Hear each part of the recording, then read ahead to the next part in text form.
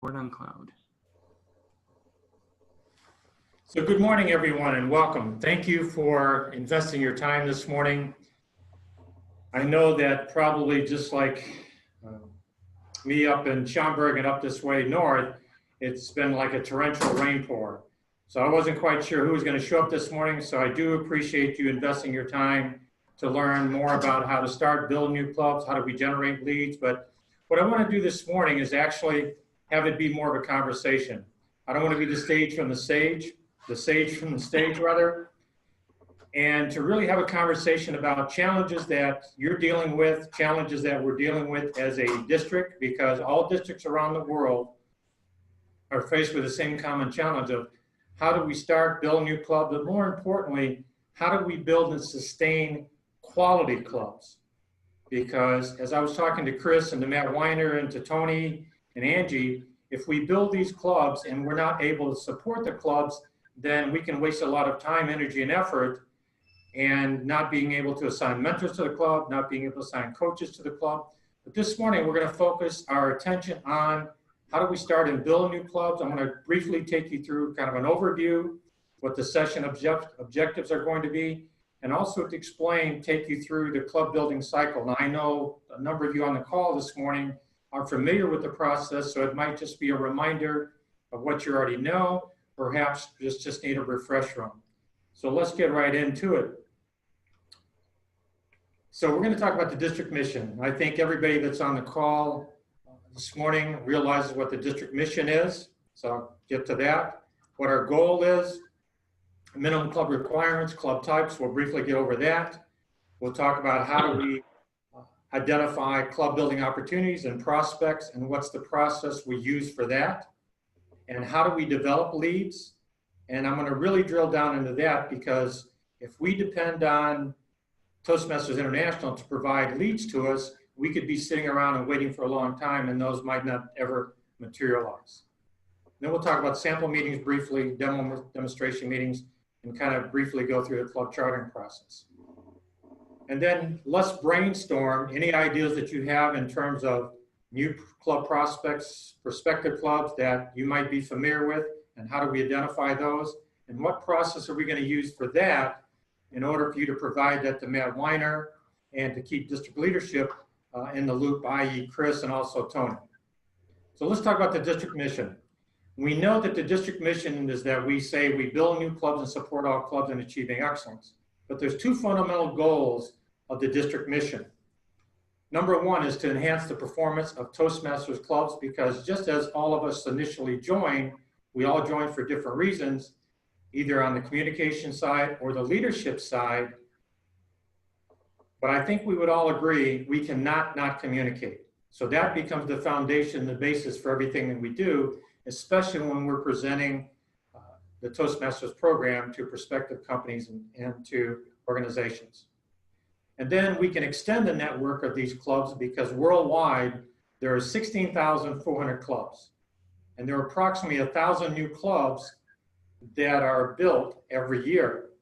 But then if we look at the percentage of those clubs that stay around, especially corporate clubs, I'll get into numbers with that stay around for more than 7.5 years, it's really even more critical that we identify the right companies and organizations that understand the Toastmasters program and that we can support those companies and organizations to make sure that we set them up for success and that they can sustain the club for a long time.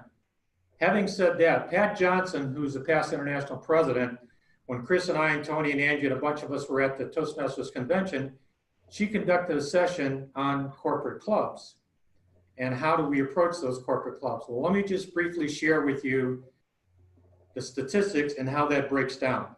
When we talk about corporate clubs, there are about 30.2% of the entire number of clubs that are comprised of corporate clubs.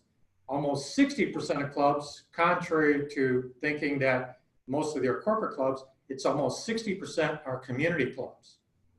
Now, how many of you on the call this morning thought it was just the opposite, where there was more corporate than community? You can speak up, you can chat, let us know. Can everybody hear me? Yes? Yes, I can hear you. I would say that I really felt that in the Peoria, Bloomington area, that it was mostly corporate clubs, Mhm. or a higher percentage, I shouldn't say Right. most, higher Right. percentage. Yeah. But if we look at, thanks, Becky, because overall, the misconception is that there's more corporate than community. And when Pat Johnson delivered this session, I thought, wow. I mean, because just in my own mind, I thought because we focus so much on corporate versus community, that there were more corporate clubs. But obviously, that's not the case. In terms of a cycle, in terms of club building, because it's a 6-step cycle, 6-process cycle, you know, we focus more on corporate because they tend to charter quicker than community. It's a longer club building cycle. So I think that's why a lot of us think that there's more corporate than there are community. So let's move on, talking about the district mission. So the reason starting a new club, of course, is that we extend those club benefits. We share the gift of Toastmasters, go a wider range or a broader group of people to a greater number of people. Because the more that we can get the word out there, we know that after 94 years, still Toastmasters, you know, some of you I know, I remember the session when I did about the best kept secret. Well, unfortunately, it's still the best kept secret. Because if we were to ask the average person that they heard of Toastmasters before, they'd say, well, maybe, sort of, kind of, but they're not really that familiar with it and really what the program's all about. And also to offer better communication skills. As I said in the beginning, communication skills develop the foundation and the core of everything that we do. Because even on the leadership side, if we go back to 2011, when we changed the tagline where leaders are made, well, they're developed, they're cultivated through a lot of different ways. And we can't just anoint someone or appoint someone, right? You are a leader. It takes a little bit of work and experience in order to develop into a leader. But it really is develop better communication skills so we can better lead on that side of it. And then the personal rewards, of course, leadership development, improving our communication skills, contacts, networking, all the reasons that we would normally think of why Toastmasters is good for a company or organization. And then also leadership recognition. One of the things that in corporate America these days, because especially in my business, in the recognition and incentive industry, only less than 52% of major corporations have any type of recognition program, which is unfortunate because if you benchmark the leading companies in any industry today, one of the things that they do, they really recognize employees, their contribution, so that they feel that they're a part of the organization and they feel appreciated for the work that they do. So that's really important. So the types of clubs, we know there are community clubs, we know that there are corporate clubs, we know that there are open clubs, there are open corporate clubs, closed corporate clubs, and sometimes even community clubs, depending if they're a specialty club, it might be closed to certain folks, whether it could be a bilingual club or it could be a specialty club. In my other district, they're starting a club, which is a comedy club, a humor club, and another club that they're starting is called Stagecraft. So they're going to focus on specific things. So some folks might not be as comfortable in those types of environments. So let's talk about how to find the diamonds in your backyard. Sure, we had a question, I believe. Okay. Who had a question? Becky, I think you did. No, I didn't have a question. Okay. Okay. So let's talk about, we'll talk about how to find diamonds in your own backyard, but let me touch on the club building cycle. Some of you probably have seen this in your area director or division director training, but the 6-step cycle is, first of all, how do we identify the leads and prospects and to contact them? And then we present, i.e. the demonstration meeting or sample meeting. We talk, we answer their questions and concerns. We talk about the charter process. And then what happens after we do all that is what process do we follow in terms of a follow-up cycle. So there are those 6 steps: identifying leads and prospects, contacting them, presenting to them, addressing questions and concerns, chartering, and then follow up with those companies, organizations. But let's really drill down to how do we find those diamonds in your own backyard? Most districts, they get leads either from Toastmasters International. Matt has access to a program called Insightly, which sometimes when people will either email or call into Toastmasters International, a lot of times those turn out to be more inquiries than interest in starting a club. But let's drill it down more to our own backyard in District 54. How do we identify those diamonds? Think about the company that you work for, whether it's State Farm, whether it's Caterpillar, ABC company, XYZ company. A lot of times, current Toastmasters have never talked about Toastmasters within their own company, if they don't have a Toastmasters club already. They haven't talked to HR, they haven't talked to talent management or executive management, or there might be some internal initiatives going on, and you go, well, if you love Toastmasters, if you're passionate about Toastmasters, why wouldn't you spread the word about Toastmasters, right? Does that make sense to everyone? I take that's yes. Yes, that makes perfect sense. Okay, thanks, Becky. So when you look at you look within your own company and you think about, what's the criteria for starting a club? Well, if a company has at least 200 plus employees and we know we need 20 members in order to formally charter a club, that's a good place to start because it's not a cold lead. You know people within the company, whether it's your immediate supervisor, your boss, somebody in sales, somebody in marketing, somebody in HR, or somebody we can talk to and share the Toastmasters program with them. And then from there, if there's a high enough level of interest, then we can really sit down with them, explain what the program is all about. But starting in our own backyard first, to me, that's a good starting point. In my experience, having been club extension chair in my other district, club growth director in 54, and now helping Matt to assist and support him as the current club growth director, that's one thing that I find over and over again that people overlook. Now, as an extension of that, let's say we all work for XYZ company. Well, then it might be a parent, it might be a brother or a sister, it might be a cousin, a niece, a nephew, a fellow coworker, somebody that we worship with. What company or organization do they work for? And would that be a potential prospect for us? Because you say, Jerry, what company you work for again? I say, well, I work for ABC company. How many employees do they have? Well, they have 450 employees.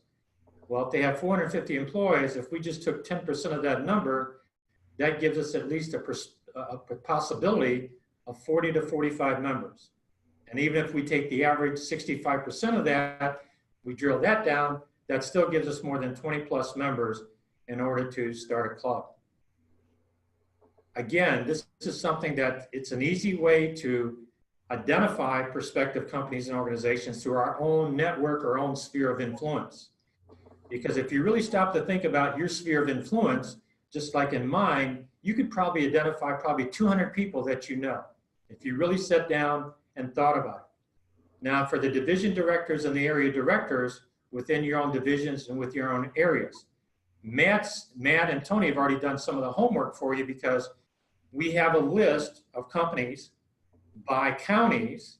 So if we took Peoria, if we took Champaign, if we took Bloomington, if we took any county and some of the higher population densities within our district, to identify not 6, not a dozen, but 3 opportunities that we could find out who the contact person might be for us. So we can convert that so-called cold lead into a warm lead, which would, let's say if you get in contact with Chris Boyk, he happens to be the HR director, or he's in a decision-making position within that company, that gives us a warm entree, a foot in the door to that person. Our percentage of success of doing that is better than 65 to 70%. If we can, when we do that and we get in front of that decision maker and able to sit down and walk them through what their program is about, more often than not, that will lead to a sample or demonstration meeting. But let me back up just a bit. If we're not going to approach it that way, one of the easiest ways I found, and I'm a big proponent of this, and some of you have done these before, and I know we've kind of done that on a district-wide level, but our lunch and learns. Mary Ann Raquel and I, in fact, some of you are familiar, know who she is.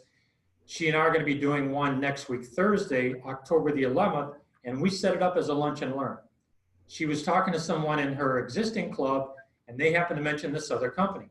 So Mary Ann, through a series of questions said, let me tell you about Toastmasters. And then they put her in touch with this person who would be an HR director at the company. One conversation led to another.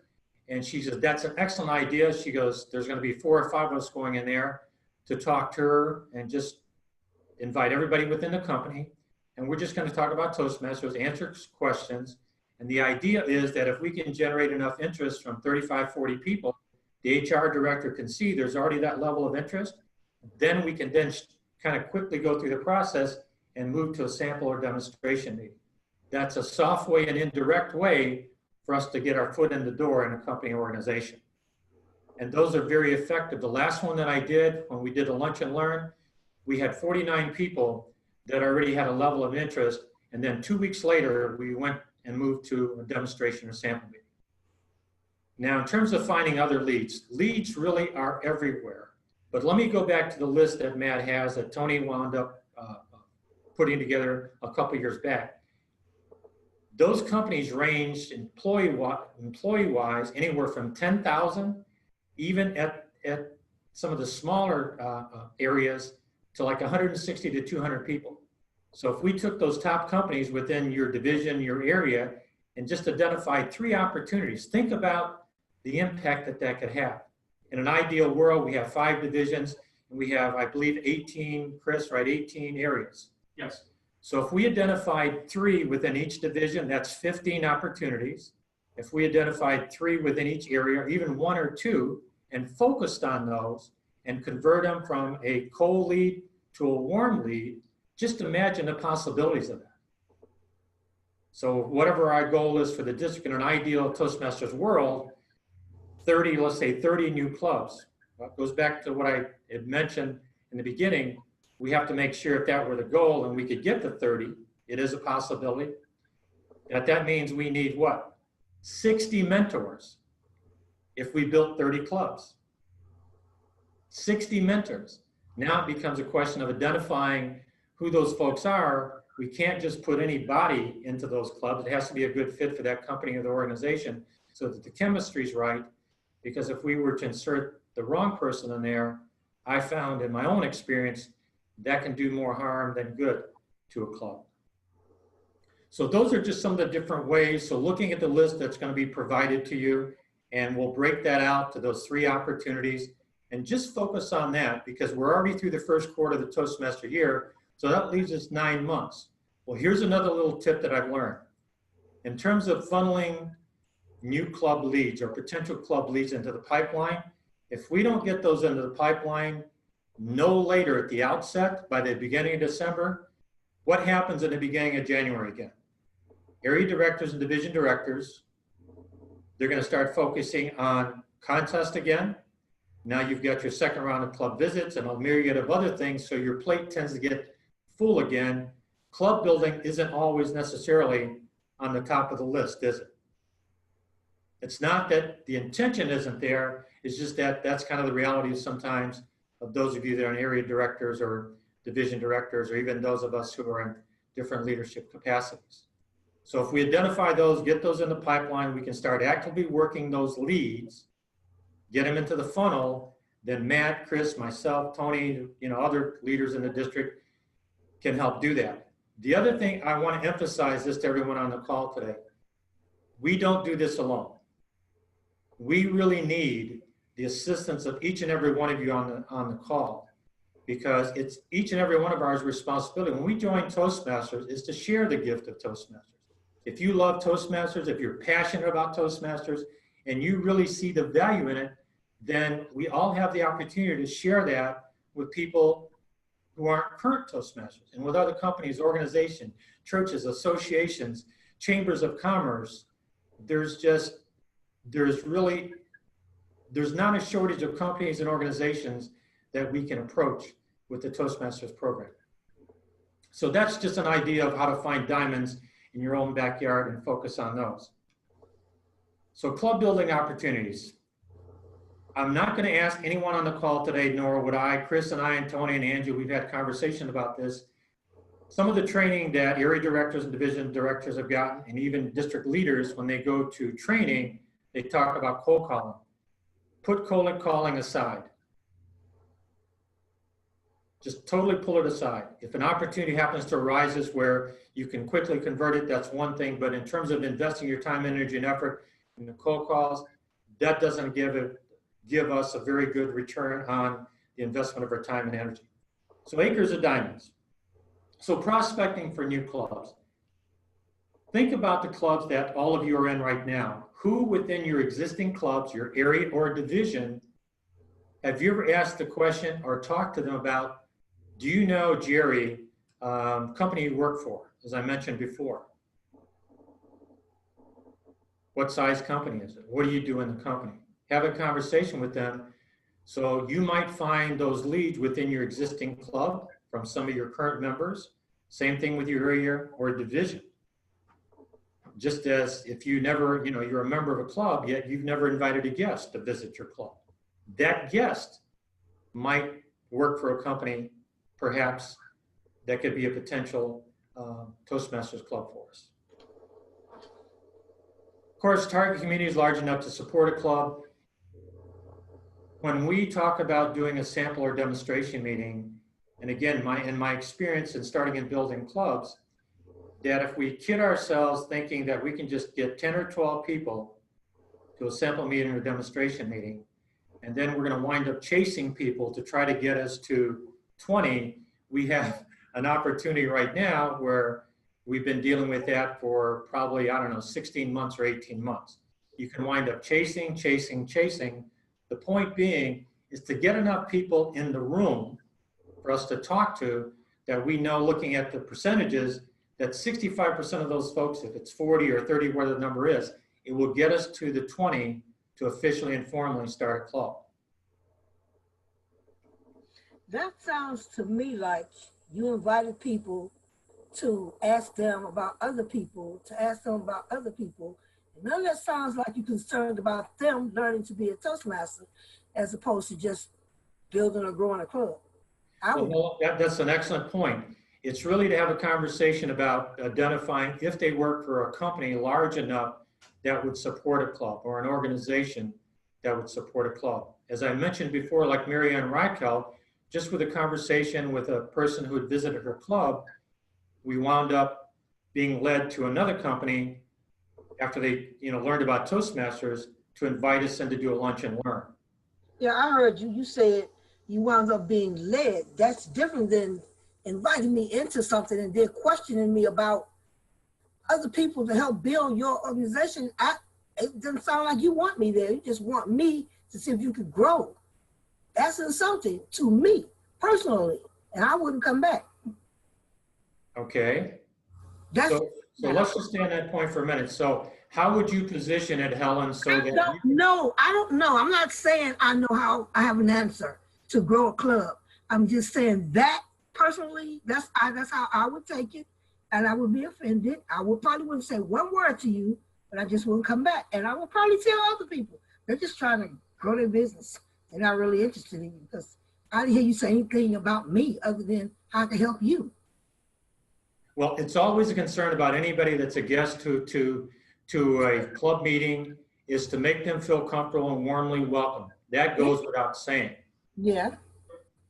And don't forget, you can always explain the benefits of the organization, of what Toastmasters can do for an organization.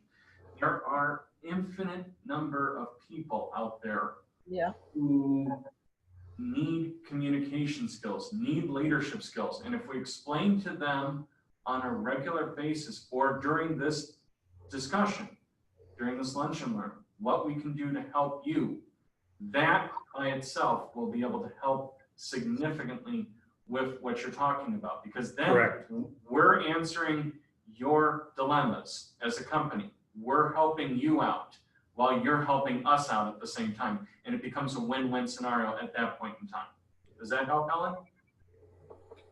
I just was making a statement. I'm not debating anything. No, we appreciate it, Helen. I understand exactly what you're saying, but I guess it's difficult for me to understand it completely because I'm the only person that works for my boss. It's just me and him, period. So I can't apply none of this stuff to real life in real life. Right. I don't go to church anymore for whatever reason. So there's no group there. And so Right. I've already drugged my family through this already. I got everybody in about 3 meetings and nobody read. So that's it. I have no group of people to. Right, understand. And all areas, we understand that all areas and all divisions aren't created equal. Yeah. And it would be fantastic if we could say, well, we're going to build 2 or 3 clubs, you know, for each area, for each division. The reality is it doesn't happen that way, but it's a valid point of where, as Chris mentioned, for us to really talk about the values and the benefits of what they can get, you know, out of the Toastmasters experience.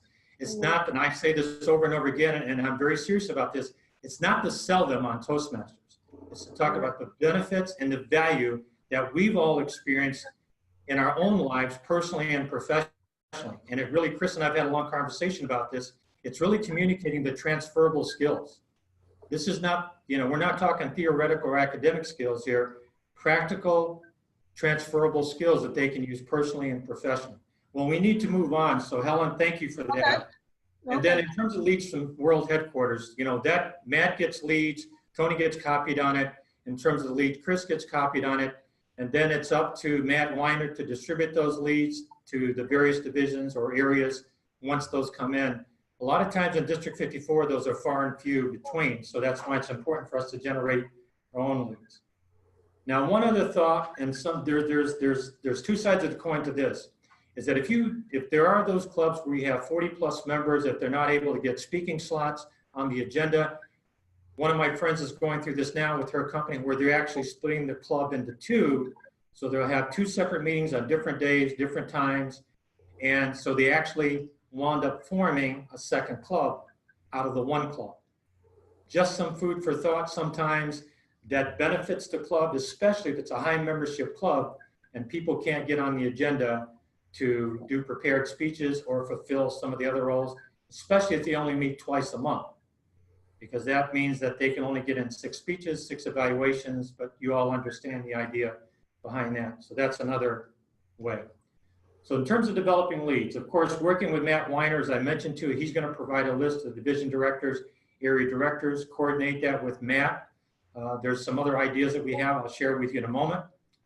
And then to ask for help.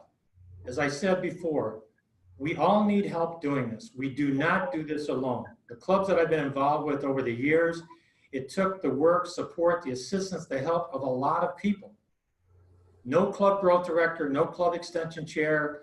You know, we all need each other in order to do this successfully.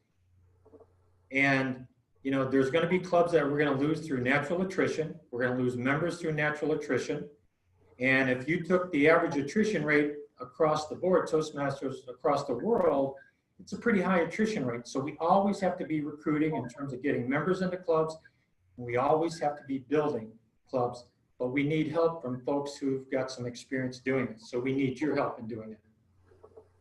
And then of course, to identify and work with that, you know, club builder who's got some experience with doing that. You don't have to know it all yourself. We're not asking you to do it by yourself. Okay. And to be positive about it, because you know, there's things that we all are challenged with. We know in Toastmasters, there's struggles that clubs have, challenging clubs, low membership clubs, people not showing up for meetings, people not filling roles, etc. But for us as dedicated, committed, zealot Toastmasters, to be positive to people about the experience and what it's helped us and how we've grown from the experience. And to be professional about it. If we become casual communicators rather than committed communicators, and committed to the process, if we can communicate to these different companies and organizations, then I guarantee you, based on my own personal experience with this, that we will be professional.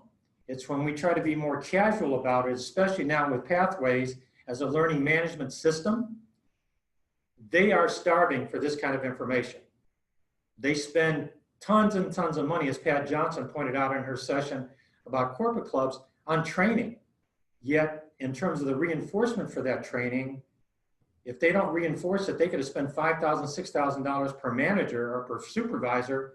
They come back to the company, it's not reinforced, then all that goes by the wayside. Whereas we know with Toastmasters, they can continually keep coming, keep growing, keep learning. So for us to be professional about that. we'll get into this in a minute in terms of sample demo meetings. All of you know that we need 20 members to formally charter a club, 17 of which cannot belong to another Toastmasters club. Exception would be advanced clubs. You have Advanced Expresses in 54. That's an advanced club. You have DTM club, which is an advanced club. A lot of experienced Toastmasters in it. And then once chartered, a club has to hold at least 12 meetings a year. If clubs, those corporate clubs, this is just kind of a tip on what I've learned. If corporate clubs only wind up meeting once a month and they have 20 plus members, think about the number of opportunities people have to speak. That means only 3 opportunities for each one of those roles if they only meet once a month. I do not advise or recommend in terms of potential companies, organizations, if they only want to meet once a month, then we really need to think about that. And is the club going to be able to sustain itself? Because based on, I think, a lot of district leadership's experience, those clubs that only meet once a month, they don't tend to last the average of 7.5 years. They tend to fold and implode pretty quickly. Members give oral speeches, you all know that, of course, receive evaluations, and the goal. Here's what I'm going to challenge all you with. If all of us just focus on one, identifying 3 opportunities within the division or areas, wherever that lead may come from or potential lead or prospective company organization, focus on from now until June 30. Focus on 1 new quality club. I know in the past we've said, 2 clubs per division, per area, etc. But if we all just, the power of 1 has tremendous value. Because if we identify that quality club or that quality lead, if you will, as I mentioned about the number of employees, we sit down and do a lunch and learn with them or move to a sample meeting, just focus on that 1 from now for the next 9 months. If we all did that, so there's 15 opportunities within the division, there's 18 within the areas, plus Chris, me, Angie, Tony, everybody else, Matt Weiner, Bobby Dillard, everybody else that's in the district, John Greiner, Bonnie, Tippy, you get the idea.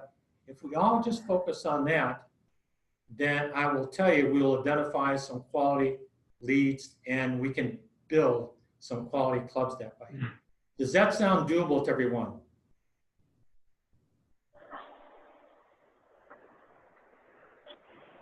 Yes? Jerry, this is Will Newman. I have a question. Yes, Will. Right now, I am involved with 2 organizations, each of which have more than enough people to start a new club. So they in fact could be considered leads right now. What is the logistics or what is the procedure, the process of where do I go from here? Do I try to talk to them myself and generate interest? Do I try to have you come over and conduct a lunch and learn? What's the next step? You just identified those steps right there. First of all, someone within the organization. Well, that's number 1. Secondly, that's why Matt Weiner is a club growth director. I'm the club extension chair.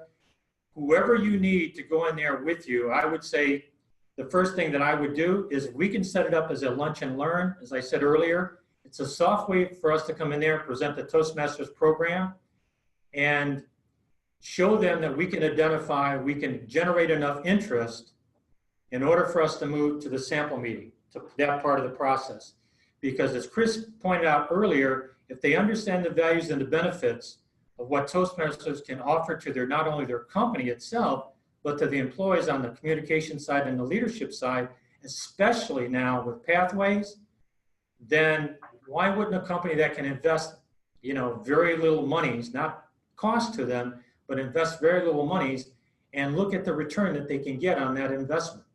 So yes, I can go in there with you. Matt can go in there with you. We want to assemble, I'm glad you brought that up. We'd like to identify, let's say you, Will, or somebody within your area, or even within division, teams of folks that we can reach out to so that Chris is not traveling 200 miles, Matt's not traveling 200 miles, or we're not crisscrossing across the state, but we can have a team of people within areas or divisions that we can reach out to and network so that we can actually get to those sample meetings. Because the backside of that is, if, like we experienced this past year, if we start a club and we can't find someone because it's a corporate club, and they've got to travel 2 hours, that's going to be, you know, the probability of doing that is not really practical. It's not really feasible. But back to your question, Will, yes, I'm available to help you with that. Matt's available to help you with that. But you've identified the first thing is that you know the organization. So do you have a name of a person that we can sit down with and have a conversation with? Let me preface this is that I do not downplay that there's work involved in this. I know on the surface it sounds simple, it sounds easy enough, but it's really much more involved. I want the company and organization to understand they have to do their part. And if we're open with that and we explain to them the steps are involved, it's not a one and done. The average club, doesn't matter corporate or community, the average time it takes to build quickly would be 8 weeks. But on average, it's anywhere from 120 to 180 days from start to finish. So it's not a quick deal. So the earlier, as I said before, the earlier we can identify these opportunities. You just told me about 2 right now. Well, if you focused your energy and effort on those 2, and then we start moving them through the process, well, now we've got a number of months to softly walk them through that and then get them to the chartering process. Did that answer your question, Will? Pretty much, but to be more specific, to Okay. actually get the ball rolling from day one, should I find the right person, talk to them and say, I would like to have you meet with some people, or do I give you a name and phone number and have you take over from day one? If you have a relationship with the person in that organization, that would be the better way to do it. But otherwise, myself or Matt or even Chris or some other district leadership would be more than happy to generate that phone call or send them All an right, email. I'll take the first step. I'll take the first step next week with both organizations and get a communication going, then turn it over to one of you. Okay. The other thing too, that so everybody knows this, is that Matt's working on a new club lead form that's going to have some information on there. So when you do identify some of these opportunities, please put it on the form and submit that to Matt, because then we'll put it in the tracking system and then we can follow up with you, and then we can put it in the follow-up cycle, making sure that when we talk to that person, what are the next steps to move them through the process? And I would ask and encourage all of you, please do that. And it may take you a while, you know, this is not right away you're going to jump onto it necessarily, but when you start thinking about this, to write it down and then submit that to Matt, and then we'll help you. You know, we're a team here. We don't expect you, Will, or anyone else on the call to do it by yourself. We're here to support you in those efforts. So thank you for that question. Okay, let's move on here. Does anyone else have any question at this point? Because I want to be respectful of your time, because I want to leave it for an additional question toward the end. So let's talk about the sample meeting. My criteria for it, and again, I've discussed this with Chris, I've discussed it with Matt, I've discussed it with Tony and with Angie, is for us to minimally try to get at least 30 people to attend that meeting. Because if we take the 30, think about 65% of that, in my experience, will wind up joining if we get the right folks in the chairs. So think about 30 people minimum, because otherwise, I said earlier, you're probably going to wind up chasing folks if you only get 12 or 13 people to attend. We want to make sure that in a sample or demonstration meeting, you want to bring in folks that can really explain the program, especially now in pathways. Because I've attended about 13 or 14 different pathways presentations. I'm sure a lot of you on the call today have said and listened to a few. It's how we approach and how we deliver the pathways program that people will either tune into it or they'll tune out to it. Sometimes, you know, we try to complicate things, but if we put on a quality program, walk them through all the different roles, explain the roles and responsibilities, and then of course tie that to why Toastmasters, what's in it for them, for the company, and for the employees at large, the benefits of that, then we're going to have a quality demonstration meeting.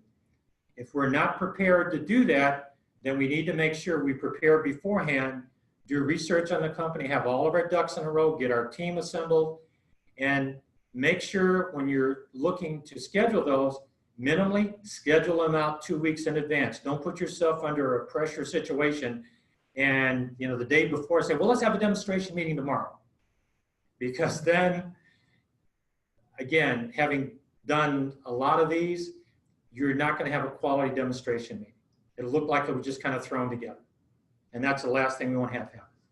So encourage commitment. We are going to, as I said earlier, we're going to ask that company for commitment on their part.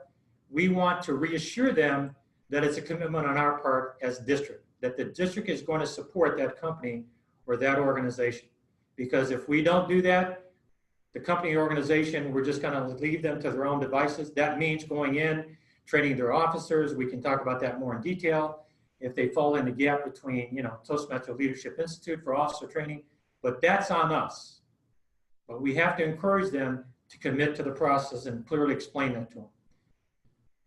Submit, you know, the faster we can get them through the process, get them this, you know, commit in terms of filling out the app to organize, walking them through the paperwork, which we need to do a lot of hand-holding with that. That's a separate conversation.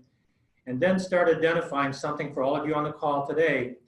If Will, like in your case, these two organizations, think about your own area, who might be potential members, or I'm sorry, mentors to that company or that organization.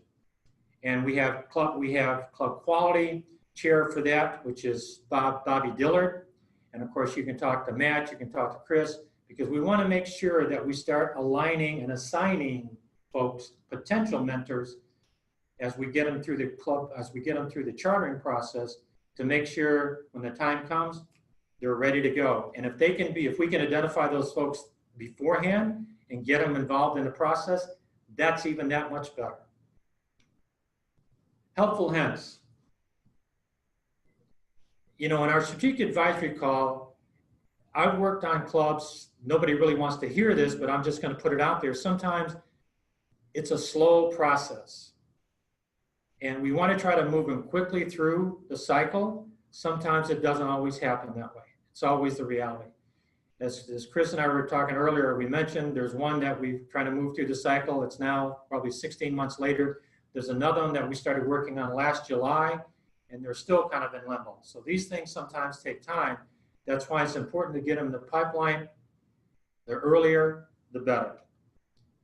Close the sale. Well, I use this loosely. It's if we do our jobs really well, it becomes a natural outcome or result of what we do in terms of putting on a quality sample demonstration meeting, having a good lunch and learn, identifying those companies, organizations that really understand the value of the program, because that's really what we're marketing. We're marketing the value of the Toastmasters educational program, because there's, as I said, practical transferable skills.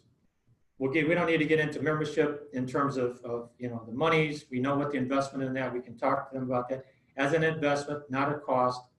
In terms of distributing materials, Chris and Tony, they're now, they've drafted a letter that we're going to send out to these companies we're going to identify. That's going to come from Tony's desk as a district director. It'll have some specific language in there, and also Chris is providing a document that's going to summarize the benefits and the summaries, which would include specific positions and how Pathways translates to that, which I think is going to be excellent to help companies understand that better. I'm going to move on. I'm not going to go through this whole thing here because I know we're getting, okay, so this is the cycle. This is what breaks it down in terms of the flow of it. If you look at, I'm going to move a little bit closer here. So as you look at from club leads to identifying those, to identifying companies, setting up dates, scheduling sample demonstration meetings, follow up, walking them through the club chartering process. As you can see on the graph, as it maps out, you see what I mentioned before about minimally that 6 to 8 week cycle.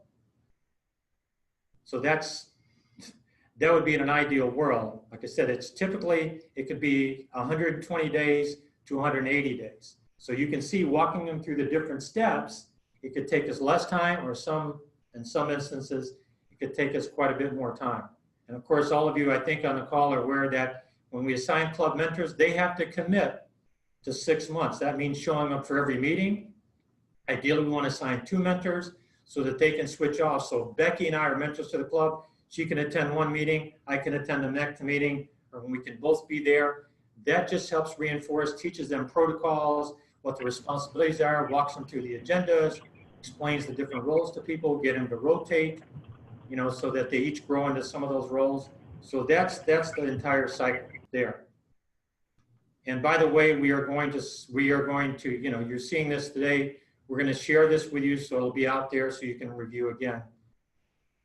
The greater number of people that we can share the opportunity with, because when I came into the Toastmasters program, and I think a few of you on the call have heard me talk about this before, at that point in time, he'd been a Toastmaster for 50 years. He's one of the most seasoned Toastmasters in quite a few districts surrounding us. And had it not been for him and him explaining to me the benefits and the value of the Toastmasters educational program, I might not still be in Toastmasters today.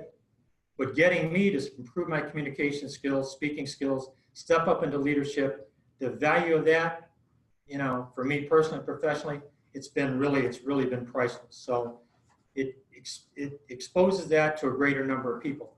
All of us on the call, it's extended your speaking skills, communication skills, your leadership skills. We've all learned and grown from the program. And to create more public awareness, you know, 94 years, Rotary has the same challenge. Most people have no idea what Toastmasters is, and they have no idea what Rotary is. We kind of fall into that same proverbial boat. This is where you can get in contact with me. It's very simple, jerry@theawardscompany.com. Chris, Tony, everybody has my contact information. I'm more than happy to assist and help each and every one of you. You can email me, you can call me, because I love doing this. It's a passion of mine, and I really believe the future of District 54, but most districts hinge on us really starting and building quality clubs, introducing them to the Toastmasters program. Because literally, if you think about the other types of programs that are out there and what they literally cost, i.e., let's say Dale Carnegie, you can take Fred Pryor seminars, some of these others, there's no program that offers the reinforcement that we offer in Toastmasters. And I think that's a valuable program that we have to sell or market, if you will. And it's just a matter of us exposing them to the program. Because if there was a more opportune time for Toastmasters, I believe it's now. Lark Doley, who's the new international president, she is a dynamo, she's energetic, she's enthusiastic. You have kind of a new perspective of Toastmasters International, and it's more focused. It's not that club quality was ever kind of down on the priority list, but there's more focus now on making sure that we build quality clubs that we can sustain and support, and even existing clubs. That's another conversation, another presentation, where we know there are challenged clubs. We know there are struggling clubs. We want to make sure that we continue to support those clubs. We haven't forgotten about them. Chris hasn't forgotten about them. Tony hasn't forgotten about them. Sometimes I think the perception is we just forget about them because we just want to move on to building new clubs. But I assure you that's not the case at all. We want to strengthen our existing clubs, but we also, as a district, to survive and thrive going forward, we do need to start and build new clubs. And all of you are part of that process. I'm there right along with you. I want to be in the trenches, but we need your help, your support, and your assistance. So we have a few minutes. We've gone a little bit long, but I want to open it up to additional questions, comments, feedback, because it's important that, you know, we're honest with each other about this. That's the way that this works. Questions, comments, feedback?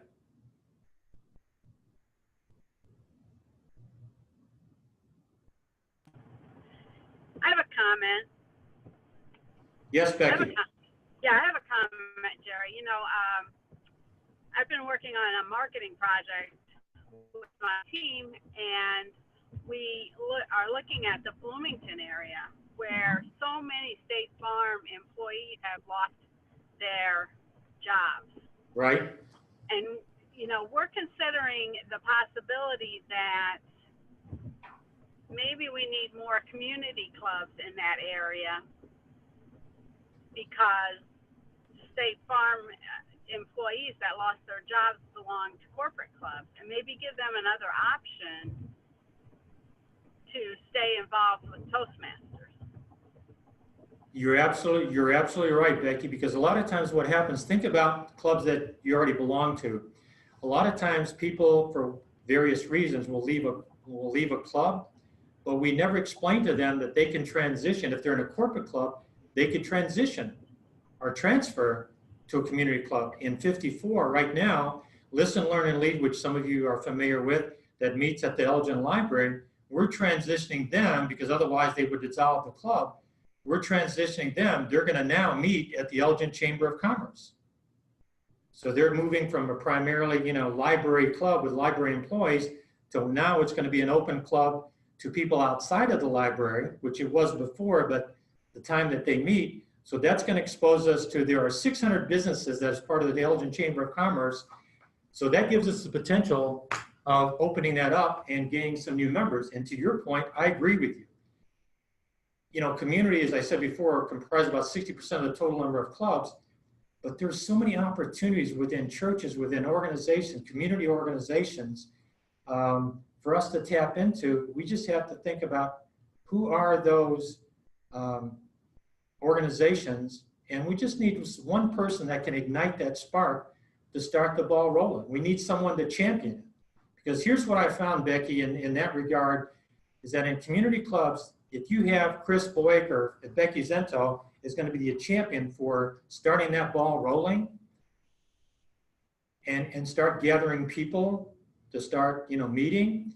If that champion, or that, as I call him, an angel, really, a Toastmaster angel, ever leaves part of that process, I've been through this time and time again, then it sort of tends to fall apart. So if you're going to be driving the bus and championing that community club or drawing people from a corporate club, if they're going to lose their job through, whatever, downsizing, right-sizing, mergers, acquisitions, identifying those people, that gives an opportunity to drive those people or to transfer those people into building a community club. It might be 5, 10, 8 people, but that's a big deal.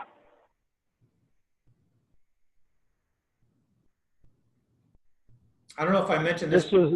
I don't know if I mentioned this before, but corporate clubs, the average corporate club lasts about 7.5 years. Community, much longer. What other questions? What other questions do we have? We have about 3 minutes. I have a question. This is Will Newman again. Yes, Will. Would it be an effective idea for those of us who have community clubs, those of us area directors who have community clubs, to talk to the president and try to find out which of their members belong to organizations or companies that have 200 or more employees, and try to find out from them who the key person, who the key contact person might be, and then turn those names over to Matt, for example, and have him follow up. Right, like I said, exactly, Will, because again, you can put that information, put it on a form, or just email Matt the information, and yes, because as Helen, the point that she brought up before, we want to make sure that we gently approach them. And, it's like when a guest visits a club and it's almost like we go, well, you want to join today, don't you? That's not the way we want to approach that. So it's just to have you and I having a conversation, and, you can be honest with him, just say, Jerry, we're looking to grow and expand Toastmasters, and we're looking for opportunities, perhaps your company or organization, you might know someone that we could chat with, have a conversation with, and share the Toastmasters program with them. Not make it a speech, not make it a presentation, but just have a conversation so that they feel, yeah, I feel comfortable talking to Will about it, or I feel comfortable talking to Jerry about it.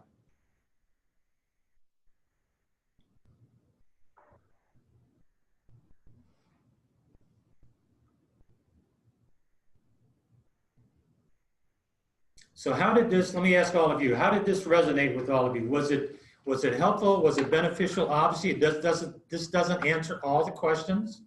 There are still other questions I'm sure that you have, other concerns that you have. Helen brought up one, I appreciate that. But Chris, myself, Matt Weiner, Tony, all of us that are involved in this, we are committed to this because it really does depend on the future of District 54 for us to be focused on this, for us to really keep our eye on the ball with this. And is it going to be easy? No. But usually the things that are really worthwhile are not easy to do. They That's simple to do. But you have folks that are committed to helping you, but we do need your assistance. We do need your help. We need your support. As we all kind of grow and go through this process, we're going to run into some of those things where we haven't perhaps planned for or thought about. That's where we need you to kind of be our eyes and ears and say, well, here's what I encountered. So let's put our heads together, put on our thinking cap, well, okay, how can we move this forward? What solution can we come up with? It's easy for all of us to focus on all the things in 54, any district, any club that doesn't work well. But let's focus more on what can we do to improve things, to make things better. And that's part of all of our responsibility. And so I encourage all of you, thank you for being on the call today for the webinar. Chris has recorded it. We'll be providing some additional information that we'll distribute to all of you, but please email me, call me, any additional feedback that you have. I warmly welcome that, as we do anytime we present. And we welcome your ideas and suggestions. Jerry Evans, thank you so very much for the excellent presentation in our first district executive council training that was held virtually. And we really look forward to your feedback and input into these in the future. Maybe we might be recording a few more of these during our normal meeting. Thank you very much, everyone, for taking time out of your very busy day to come here on a Saturday or watching this 1-hour video where we have it posted. Thank you all. Have a great rest of your Saturday. Good luck. Thank you, guys. Great presentation. Have a great day.